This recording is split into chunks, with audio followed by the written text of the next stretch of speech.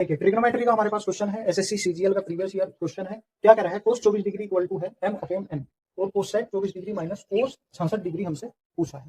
तो सबसे पहले अगर मैं कोस की बात करूं तो कोस होता क्या है, ये होता है बेस अपॉन हाइपोटेन्यूज, यानी कि आधार अपॉन कर्ण। ठीक है, तो मैं आधार अपॉन कर्ण। ठीक है, तो सबसे पहले हमें यहाँ पर परपेंडिकुलर निकालना होगा, यानी कि लंब ट्रायंगल बना देते हैं।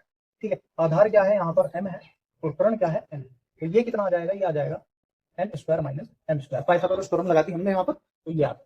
ठीक है, अब कोसेक 24 डिग्री तो आसानी से निकल जाएगा, लेकिन इसको हमें चेंज करना है। जो ये कोस 66 डिग्री है, इसको मैं ऐसे भी तो लिख सकता हूँ कि ये है कोस 90 डिग्री माइनस 24 डिग्री। ठीक है, क्योंकि जो ये डिग्री है ये हमें बराबर करनी पड़ेगी। अब कोस 90 माइनस थीटा क्या होता है, ये होता है साइन। तो साइन ये हो जाएगा 24। ठीक, अब अगर मैं साइन की बात, जो साइन होता है वो क्या होता है, वो परपेंडिकुलर अपॉन हाइपोटेन्यूज होता है, यानी कि जो लंब अपॉन कर्ण होता है।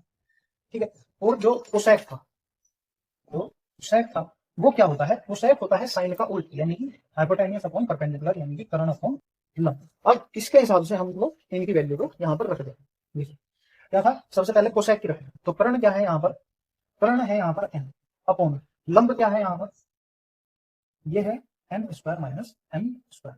अब माइनस का साइन था यहाँ पर।